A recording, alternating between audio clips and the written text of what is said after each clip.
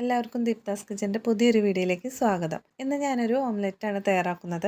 കുറച്ച് സ്പൈസസ് ഒക്കെ ചേർത്തിട്ടുള്ള ഒരു ഓംലെറ്റാണ്. നല്ല ടേസ്റ്റിയാണത്. ഒരു തവണയെങ്കിലും നിങ്ങൾ ഈ രീതിയിലൊന്ന് തയ്യാറാക്കി നോക്കണം.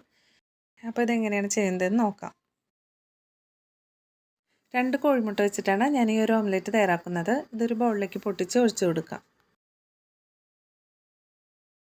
ഇനി ഇതിലേക്ക് 2 നുള്ള് മഞ്ഞൾപ്പൊടി ചേർത്ത് കൊടുക്കാം. പിന്നെ ആവശ്യത്തിനുള്ള ഒരു 1/4 ടീസ്പൂൺ ഉപ്പ് ചേർത്ത് കൊടുക്കാം. അധികം എരിവില്ലാത്ത പച്ചമുളക് ഒരു ചെറിയ കഷ്ണം കട്ട് ചെയ്തിട്ട് ചേർത്ത് കൊടുക്കുന്നുണ്ട്. പിന്നെ കുറച്ച് കറിവേപ്പിലയും കൂടി ചേർത്ത് കൊടുക്കാം.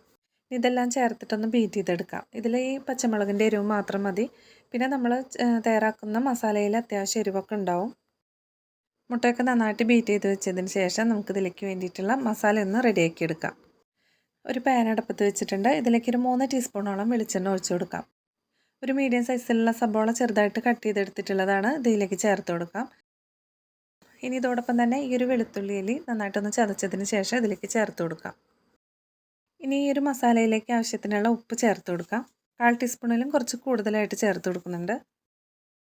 ഇനി സബോളയൊക്കെ നന്നായിട്ടൊന്ന് മൂത്ത് വരുന്നവരെ ഒന്ന് ഇളക്കി കൊടുക്കാം. കളറൊക്കെ മാറിയിട്ട് ചെറിയൊരു ഗോൾഡൻ കളർ ആവുന്ന വരെ ഒന്ന് ഇളക്കി കൊടുത്താൽ മതി.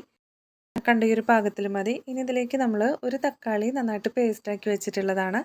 അതും കൂടി ഇതിലേക്ക് ചേർത്ത് കൊടുക്കാം. ഒരു മീഡിയം സൈസിലുള്ള തക്കാളിയാണ്. ഇനി തക്കാളിയും ചേർത്തിട്ട് നന്നായിട്ടൊന്ന് ഇളക്കി കൊടുക്കാം. ഈ തക്കാളിയൊക്കെ നന്നായിട്ടൊന്ന് വെന്ത് ഇതിലെ വെള്ളം ഏകദേശം ഒരു പകുതിയോളം ഒന്ന് വറ്റി വരണം. ഇപ്പോൾ ഏകദേശം ഇതിലെ വെള്ളം പകുതിയോളം ഒന്ന് വറ്റി വന്നിട്ടുണ്ട്. ഇനി ഇതിലേക്ക് നമ്മൾ മസാലപ്പൊടികളൊക്കെ ചേർത്ത് കൊടുക്കാം. എരിവിനനുസരിച്ചിട്ട് മുളക് പൊടി ചേർത്ത് കൊടുക്കാം. ഞാനിവിടെ 1/2 ടീസ്പൂൺ മുളക് പൊടി ചേർക്കുന്നുണ്ട്. പിന്നെ ഒരു 1/4 ടീസ്പൂൺ കുരുമുളക് പൊടി. കുരുമുളക് പൊടി കുറച്ച് കൂടുതൽ വേണമെങ്കിൽ ചേർത്ത് കൊടുക്കാം കേട്ടോ. ഞാനിവിടെ കുറച്ച് എരിവ് കുറവാണ് ചേർത്ത് കൊടുക്കുന്നുള്ളൂ. പിന്നെ 1/4 ടീസ്പൂൺ ഗരം മസാലപ്പൊടി, 1/2 ടീസ്പൂൺ ചിക്കൻ മസാല പൗഡറും കൂടി ചേർത്ത് കൊടുക്കാം. ഉപ്പ് നമ്മൾ നേരത്തെ തന്നെ സബോളയിൽ ചേർത്തിട്ടുണ്ടായിരുന്നു. എന്നാലും ആവശ്യമാണെങ്കിൽ ഈ ഒരു സമയത്ത് നോക്കിയിട്ട് ചേർത്ത് കൊടുക്കാം. ഇത്രയും ചേർത്തിട്ട് നന്നായിട്ട് ഈ പൊടികളുടെ പച്ചമണം മാറുന്നവരെ ഒന്ന് ഇളക്കി കൊടുക്കാം. ഈ മസാല കുറച്ചുകൂടി ഒന്ന് ഡ്രൈ ആയിട്ട് വരണം.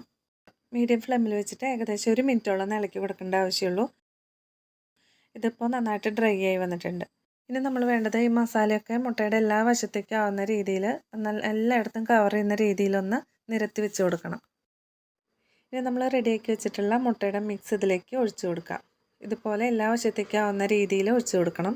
ഈ ഒരു സമയത്ത് തീ എപ്പോഴും മീഡിയം ഫ്ലെയിമിൽ തന്നെ വെച്ച് കൊടുക്കാനായിട്ട് ശ്രദ്ധിക്കണം. ഇനി ഇതിൻ്റെ അടിവശമായി കഴിഞ്ഞാൽ നമുക്കിത് മറിച്ചിട്ട് കൊടുക്കാം.